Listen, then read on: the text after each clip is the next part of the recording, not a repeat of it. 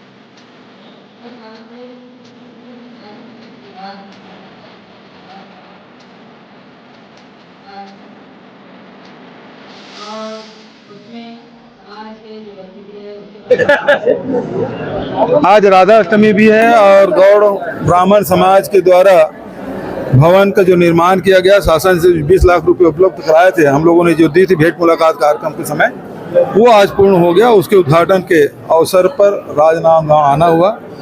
सभी गौड़ ब्राह्मण समाज के पदाधिकारी और समाज के व्यक्तियों को बहुत बहुत बधाई, शुभकामनाएं।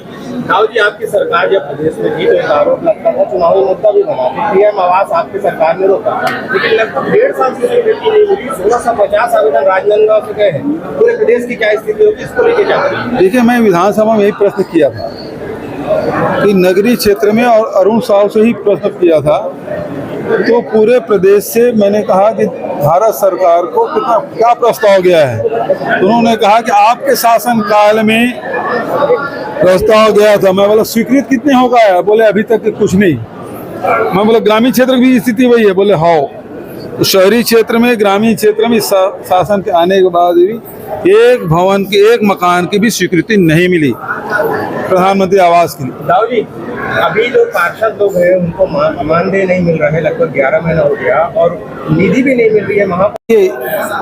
विष्णुदेव के शासन में आने के बाद केवल एक महतारी वंदन योजना भर संचालित है।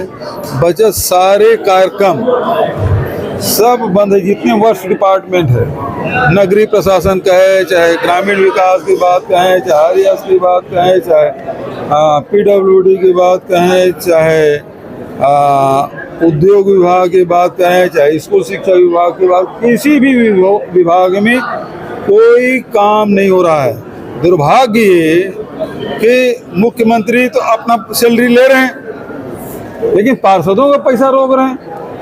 विधायकों के निधि तो जारी हो गया, पार्षदों की विकास निधि जो है वो बंद कर दिया, जबकि हमारे शासन काल में पार्षद निधि हमने बढ़ाया भी था और मानदेय में वृद्धि की थी। न केवल पार्षद बल्कि सरपंच, जनपद, जिला और नगर पंचायत अध्यक्ष, नगर पालिका और नगर निगम के महापौर सबके मानदेय और क्षेत्र वार्ड विकास निधि के लिए हमने राशि में वृद्धि की थी। दाऊ जी, छोटा तो प्रश्न ये बच्चा नहीं है और हर चिकन प्रेमी के लिए नए नए नियम ला रहे हैं। हर प्रकार की शराब मिलेगी, टैक्स मतलब शराब में पैसा बढ़ा दिए, आरोप तो आप पे लगा थे, इनको आप क्या जवाब देंगे?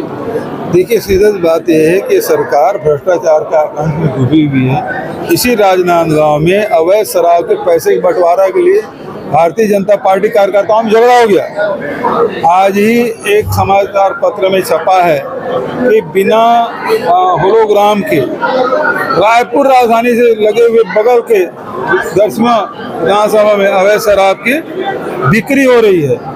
इसके पहले अभी दरसिमा विधानसभा के ही दोंदे कला गांव के संतोष पटेल, जो भारतीय जनता पार्टी कार्यकर्ता है, उन्होंने अवैध शराब विक्रेताओं के खिलाफ आवाज उठाई। सरकार ने नहीं सुना, विधायक ने सुना और बल्कि उन्हें प्रताड़ित किया गया। उसके घर में मारपीट की गई, उसकी मां के कपड़े फाड़ दिए गए। उसकी पत्नी जो कैंसर पीड़ित है, जो पाइप लगा था, उसको मारा तो वो भी पाइप टूट गया और आखिर में वो संतोष पटेल आत्महत्या कर लिया। सुसाइड नोट आज भी जारी नहीं किए हैं, आज तक की धरना प्रदर्शन किए समाज ने भी किया, कांग्रेस पार्टी ने भी किया। तो अवैध शराब है पूरे प्रदेश में, बिना होलोग्राम के और दूसरे प्रदेशों से लगातार यहाँ लाया जा रहा है और अवैध शराब की बिक्री अंधाधुंध चल रहा है। दाऊ जी, रावण सिंह जी ने कहा था कि राजनांदगांव में भाई वो विधानसभा का अध्यक्ष है, इसलिए मैं आज उनकी बातों में ज़्यादा टिप्पणी नहीं करूंगा, संवैधानिक पद पे हैं। लेकिन सरकार की जिम्मेदारी है यहाँ अवैध शराब जो लगातार न केवल राजनांदगांव, राजधानी बगल में रायपुर में बिक रहा है, नांदगांव में बिक रहा है, जहाँ विधानसभा का अध्यक्ष रह रहे हैं, वो पूरे प्रदेश में हो रहा है। जो सुसाइड नोट मिला है, पहली बात है जो मृतक है उन्होंने जो एप्लीकेशन थाने में दिया उसमें अकबर का नाम नहीं है। दूसरा, जो सुसाइड नोट है उसमें उसका हस्ताक्षर भी नहीं है। तीसरा, जब भी इस प्रकार के सुसाइड नोट मिलता है उसे जो हैंडराइटिंग एक्सपर्ट है उससे जांच कराई जाती है। बिना जांच कराए आपने FIR दर्ज कर दिया, इसका मतलब ये है कि आप बायस्ड हैं। आप जहाँ संतोष पटेल के उन्होंने उसकी मृत्यु हुई, आत्महत्या किया, उसके सुसाइड नोट को आप दे नहीं रहे, समाज मांग रहा है, परिवार के लोग मांग रहे हैं, और यहाँ बिना उसके जांचे पर आपने FIR कर दिया, तो आप बदले की राजनीति कर रहे हैं।